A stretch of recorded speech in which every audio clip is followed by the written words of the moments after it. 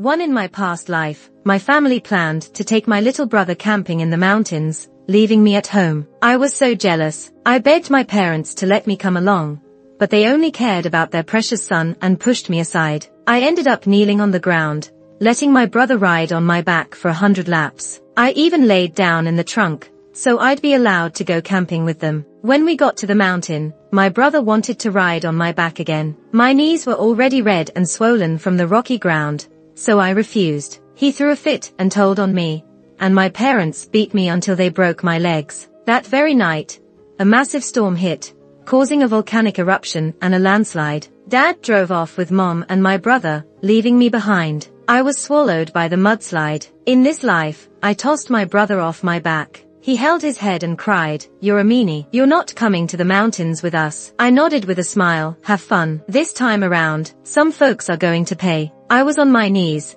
supporting myself with my hands on the ground. My brother slapped my back, shouting, "Move, donkey." I was thrilled to find myself back on the day we were supposed to go camping. In my last life, my parents wanted to take my brother camping. I was desperate to go too, but they refused to take me. I promised them I'd do anything if they'd let me join. My brother made a demand. "You can come if you let me ride on your back for 100 laps around the house." Kneeling and crawling 100 laps was tough, but I longed to travel with my parents. Plus, I didn't want to be home alone. Our creepy neighbor would knock, saying he wanted to rock me to sleep. So I let my brother ride on my back. When we were leaving, my brother said there was no room for me. I offered to ride in the trunk, and got to the mountain. Unexpectedly, my brother wanted to ride on my back again. The rocky ground made my swollen knees unbearable, and I said no. For refusing his unreasonable request, my brother cried, and my parents beat me until my legs broke. That night, the storm hit, causing a landslide. I tried to run with my injured legs. Dad sped by in the car, making eye contact through the rearview mirror. The malice in his eyes hurt me deeply. As the mudslide engulfed me, any remaining affection I had for my parents and brother vanished. Love and indifference were clear. I never expected to be reborn. Since I've come back, I need to protect myself, and some people are going to pay. I tossed my brother off my back and smacked him a few times, while he was still stunned from falling. He cried, holding his face and head, "You hit me. You're not coming to the mountains with us." He got up, trying to tell on me. I kicked him down again. "Dad, Mom, Judy is beating me up." My parents came out of the room. Dad's suitcase hit me on the forehead. It hurt. "Is this how a sister acts? Bullying your brother? When your in-laws bully you, don't come crying to us. We won't help." My head spun, blood trickled down my forehead, and Mom held me still, forcing me to stand. "Apologize to Scout." I slowly apologized, looking at my brother's smug face. He spat on my foot and laughed. My parents laughed too. In the end, my brother ordered, "Stay home and watch my pet cockroach. You're not coming camping with us." I nodded, "All right, have fun." My brother thrust his pet cockroach into my hands. Holding back my disgust, I took it. He taunted, "Eat it, and I'll let you come camping." He wasn't serious about letting me go. He just wanted to make me eat the cockroach. I didn't want to go camping. To avoid suspicion that I didn't want to go, I pretended to be unfazed. I raised the cockroach to my face. "I could eat it, but you want me to come camping to carry you to the top? You're weak, like a chicken. Even the girls in your class could knock you over." The elementary school kid stomped his foot, refusing to let me come along. So I made him mad. He finally said, "I'll climb to the top, just watch. Don't underestimate me." I held the cockroach to my mouth. "Send me a picture when you're at the top. If you do, I'll eat this cockroach." He agreed, promising he'd do it. I was the only one knowing that last time, we didn't make it to the top due to my parents beating me halfway up, taking up time to escape the mudslide. This time, they won't be so lucky. "Watch out, brother." My brother told everyone about camping and our bet. Relatives, friends, and neighbors knew I'd eat a cockroach if he made it to the top. They all had a good laugh at my expense. Creepy Uncle Bob came by, smiling weirdly. "Judy, you shouldn't eat cockroaches. Uncle would be sad." He reached to pat my head. His hint of a touch made me break into a cold sweat. I dodged. When he tried again, I brushed him off. Dad saw, scolding, "Uncle Bob is comforting you. Why are you being difficult?" Bob laughed. "It's okay. Judy's fiery and unique. I like her." He tried patting my head again. This time, I couldn't get away because Dad held me down. Bob patted my hair and pinched the back of my neck, laughing so hard his eyes nearly disappeared into slits. I got goosebumps all over. Bob had tried to get close to me before, and I'd poked him in the eyes in response. When my parents found out, they didn't have my back and instead scolded me. How many years of school have you been through to learn to slander people like this? Your uncle is just being affectionate. Why is your mind so dirty? Go and apologize. I refused to apologize and argued back. Why should I say sorry to someone who hurt me? I'm not apologizing, but I got beaten up, and that was the worst time. My face was covered in blood, and I was dragged by my collar to apologize to Bob. Bob was afraid I'd cause trouble and involve the cops, so he asked my parents to ease up. To them, he seemed like the bigger person for not making a fuss, which only made their relationship with him closer. Judy, aren't you afraid? Why not come over to my place tonight? Bob's voice brought me back to the moment. No, I'm not going, I replied. Dad chuckled. Bob, don't worry about this stubborn girl. I planned to come back early from camping, but seeing how full of herself she is, I decided we'll camp for 4 or 5 days. Let's see if her attitude changes when we get back. Don't worry about her. If she gets hungry, let her starve. Bob laughed happily. We're all family. Don't say that. I laughed too. 4 or 5 days of camping. They're definitely not coming back. Dad started the car, with Mom in the passenger seat, and my little brother in the back. They finally left. My brother stuck his head out and stuck his tongue at me, just like in the past when they left me during the mudslide. This time, I waved them goodbye joyfully. On their way, I went back inside, locked the door, and happily lay on the couch for a nap. Waking up later, I found several messages in the family group chat from Mom. We've reached the mountains. The air is so fresh. You guys should come if you get the chance. Mom was showing off to my aunt, but my aunt is no pushover. She replied with a family photo Mom sent. Your favoritism towards boys is bad. Such old-fashioned thinking causes so much trouble. Mom vented to me. Tell her it was you who didn't want to come. I didn't respond, just to annoy Mom. This way, she'd feel even more pressured to counterattack by taking better photos on the mountaintop. Sure enough, the journey to the peak was supposed to take more than an hour, but they made it in half the time. Mom sent gorgeous photos to the group, taunting. Just because Judy doesn't come means I favor boys. I suggest you get out more and see more of the world. My aunt, enraged, shot back. You have such a big mouth. I hope your whole family falls off a cliff and dies. A full-blown argument had started. I just sat back, invisibly watching the show. Mom messaged me. They're walking all over me, but you won't help. Okay, you're someone else's daughter. Tonight you'll be so scared being alone at home. Let Bob come and teach you a lesson. Mom knew I was afraid and still sent Bob to scare me, which showed how little I mattered to her. Even knowing what Bob was like, they'd sacrifice me rather than confront him, a public official. Yeah, my parents just choose to abandon me. I checked the time. The blast was near. I video called Mom, thinking it was an apology. She ranted. Now you want to apologize. Where were you before? I paused. Actually, I'm not apologizing. Mom casually asked, so, what do you want? I smiled at her through the screen.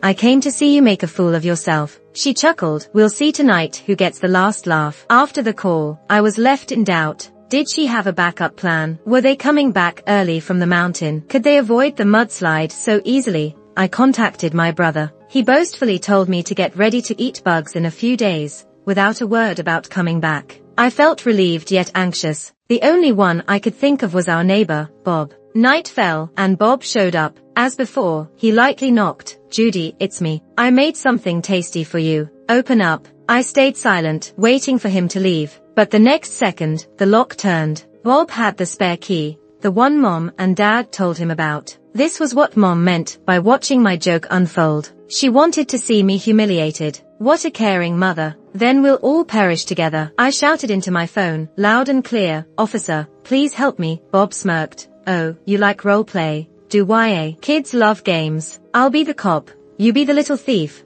How about that? Bob had no idea what he was about to face. I had already called the police when he knocked. I knew it'd be tough without video proof.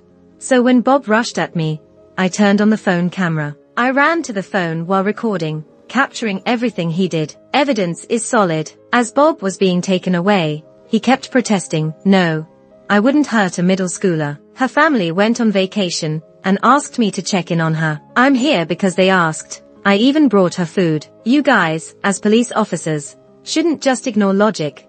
I want a lawyer. I'm going to report you. You're making mistakes left and right. Just because she's a kid doesn't mean you should bully an adult like me. Are you even listening? Her parents gave me the key. I didn't go and make a copy on purpose. Bob's gonna pay for what he did. Losing his job and getting almost 10 years in jail is what he deserves. After finishing with my statement at the police station, I stepped outside. It was raining, and there were thunderstorms in the distance. Great! The storm of the century has finally arrived. I rushed home, showered, and cleaned myself up thoroughly. Just as I finished, my phone buzzed. It was my brother calling. He mockingly congratulated me.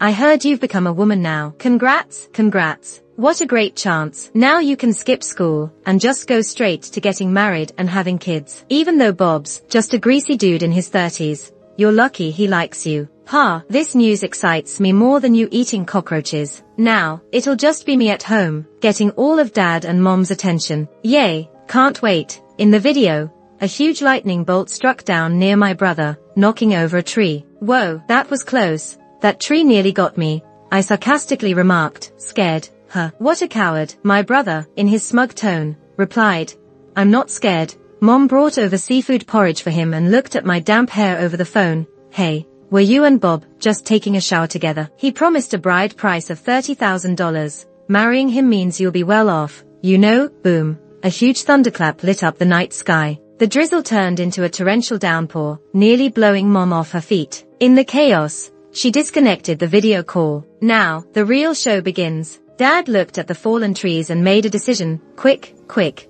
We need to leave. This storm is too much. My brother, still eating and recording the storm, said, Dad, why are you scared? You're never scared. It's exciting. We can't leave. I need to show Judy. She'll be so impressed. Mom was caught between her husband and son, but eventually persuaded Dad. The storm's too strong. It's not safe to drive right now. The car could get swept away. Let's wait until it calms down. Okay. Dad reluctantly agreed. My brother sent me footage of the storm. See that? Isn't it thrilling? Too bad you won't see this. Scared a cat. What an optimist. I played along. Catch more on camera. It's awesome. You are my brother, after all. I'll follow your lead. My brother joyfully sent a laughing voice message. Ha ha ha. You better not follow me. You're dirty now. Not as pure as me. Only a true pure heart can keep up with me. Still a little smart-mouthed. I praised him some more, grabbed ice cream, and watched a variety show. I should have been studying, but I was too happy to focus. After the show, my phone blew up. Judy, we can't get back. The car's been blown into a ditch. Get Bob to drive and pick us up. Are you ignoring my messages, or are you off enjoying yourself again? Why is Bob at the police station? Did you report him? Why would you do that? How are we supposed to face people now? I replied, you can't face them anyways. Just after replying, a video call came in. Of course, I picked it up. How else would I enjoy watching their predicament? In the video, Dad was carrying my brother, and along with Mom, the three were floating in murky water. My brother was freaking out, yelling, hurry up, Dad, you're too slow. Dad, red-faced with anger, shouted back, I told you to leave earlier, but no, you wouldn't listen. Now you're complaining we're slow. Swim yourself if you're so eager. My brother mumbled sheepishly, I can't swim. Dad yelled, then shut that mouth of yours. You're a pain, Mom commanded. Judy, find someone to come get us. I played dumb. It's late. I need my sleep. Who am I supposed to find? Can't you guys just call 911? Why not call the police? Dad and Mom were at a loss for words. I knew they wouldn't call because they feared being implicated in Bob's case. Dad firmly said, cut the crap. Send help and the marriage with Bob is off. I'll return the bride price he paid. Otherwise, we'll testify that you two were engaged. He won't go to jail. What's it gonna be? Get help or marry Bob. You don't want to be tied to Bob at your age. Do you? My brother also chimed in, bargaining. Save me and I won't make you eat bugs. I laughed. You're practically drowning and still trying to cut deals. Who's drowning? Who's drowning? Mom yelled, almost throwing the phone. Mind your language. Just then, a rumbling explosion sounded. The mountainside gave way. Boulders tumbled down the hill. My brother yelled in terror, I don't want to die. I'm only 8. There's so much fun left to have. A powerful wave washed over him, pulling him into the mudslide. Dad, Mom, help me, help me. Dad and Mom were swept away, trying desperately to reach my brother. Without hesitation, they turned back. For once again, a mudslide came rushing down, pushing my parents even farther away. For a few seconds, they were both buried, but they were determined to find my little brother, to save him. "Scout, my boy, where are you? Speak up, my son." Obviously, the only reply they got was the sound of rain, thunder, and the mountain collapsing. At that moment, my mom, who had held back tears until now, broke down crying. "My son, poor you, why can't you swim?" My brother couldn't handle hardships. He never seriously learned how to swim, but I did. My parents hadn't planned to teach me how to swim. It was only because my brother made me go with him and then pushed me into the pool. I flailed around desperately, almost drowning. The moment I was rescued, I vowed to learn swimming properly. I collected bottles, saved up a few $100, and enrolled in some classes to learn. When my brother tried to mock me again, he found out I had learned and left me alone about it. I snapped back to reality, hearing my mom saying, "Scout, my boy, I wish it was me who died, not you. Don't worry, everyone will be gone soon." My parents stood on a rocky ledge, covered in mud and dirt. "Judy, wait till we get back, you'll see. Your brother is gone, and you shouldn't live either. It's your fault our son died." I went to my parents' room, put on some gold jewelry, and said, "We'll talk about it when you come back." My mom screamed, "Don't touch my gold, you're filthy. Get your dirty hands off." Do they still have energy to yell at me? I watched as another wave of mudslides came, hearing their screams, and suddenly the ledge was empty. My parents were thrown off. They tried desperately to run, swim, pull themselves up, but it was useless. In the face of an apocalypse, humans are tiny. My mom was engulfed, her hands weakly raising and sinking. "Whose husband? Please help. I can't go on." My dad glanced back and then turned around, running harder. My mom was speechless. Her face fell, mouth opening as if asking why. Why didn't he save her? I watched her hand struggle for a few seconds.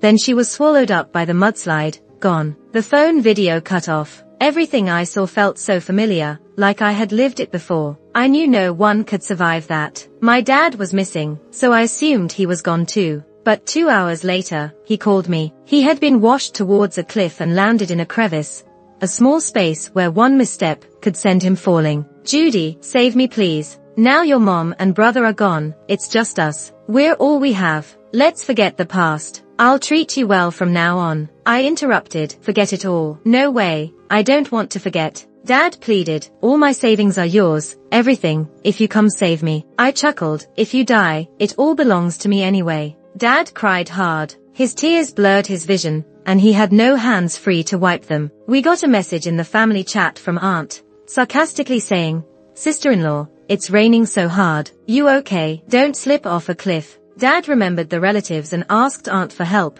"Little sister, drive over to pick us up. I'll send the address." Aunt replied, "Me, a hillbilly, pick you up. I don't have a car." Dad broke down. "Little sister, stop fighting with your sister-in-law. She's gone now." Aunt instinctively replied with ha ha ha, then quickly deleted it. This back and forth stirred up everyone in the chat. "What's going on? What happened? You okay? How's Scout?" Dad sent a voice message, crying for help. No one replied to help. They said unrelated things. "So scary, what bad luck. Condolences, who could have expected this?" Dad's last message was, "Whoever saves me gets my house." Silence followed. No one responded. Dad turned to me, trying to guilt me in the chat. "Judy, get a car and pick me up. You're my daughter, it's your duty. If you don't come, you're the murderer, and our family won't forgive you." Now he wanted me to risk my life too. The silent elders chimed in, "As a daughter, you're obligated to save your dad. If you don't, you'll never be on the family register, not even when you're dead." Dad was probably hopeful. I messaged back, "Boo-hoo, I'm scared." Dad thought I might agree. "Don't be scared, just come." I left the chat, deleted and blocked all these toxic relatives, out of sight, out of mind. Dad died. His final message cursed me, saying he was glad he mistreated me. It helped him accept my refusal to save him. Unbelievable. I just knew I could live well from now on. Those who harmed me are gone, either dead or incarcerated. But I knew I couldn't stay here long. So I got a realtor to help sell the house. When they brought the buyer, I was stunned. It was my uncle and aunt. They walked around the house, looked around, then held my hand. "Nice house. sell it cheap. We're relatives, right? Let's sign the contract in front of the agent, no more ties. They wanted it cheap, only offering 50 grand. My home is a 110 square meter 3-bedroom apartment, and just the renovation alone cost more than 50,000 yuan. I refused to sell it. My aunt, hands on her hips, yelled, "Your dad bought this house with your grandparents' money. Their money should be split with our family too. So our family should have a share of this house.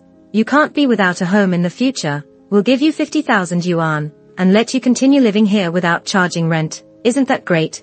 I firmly disagreed. The real estate agent also told me, "A person died in this house, it's hard to sell." The agent had been bribed. Selling a house worth 500,000 to 600,000 for 50,000 is ridiculous. I kicked my uncle and aunt out and decided to find another agent to sell the house. That night, someone knocked on the door. I asked who it was, but got no answer. I asked again, and they said they were the realtor here to see the house. Visits are always scheduled by phone in advance, so this wasn't the agent. I didn't open the door. They ended up calling a locksmith, who took dirty money to open the door. My uncle and aunt walked in, grinning, and pulled out a contract for me to sign. "You said 50,000 was too little, now we're offering 100,000. That's not little, and we'll let you live here for free until you go to college." I refused to sign. They held me down to force my fingerprint on it. They grabbed the contract with my fingerprint, cheering. But police were waiting for them. "We were just signing a contract. This is a normal process. Why are we being arrested?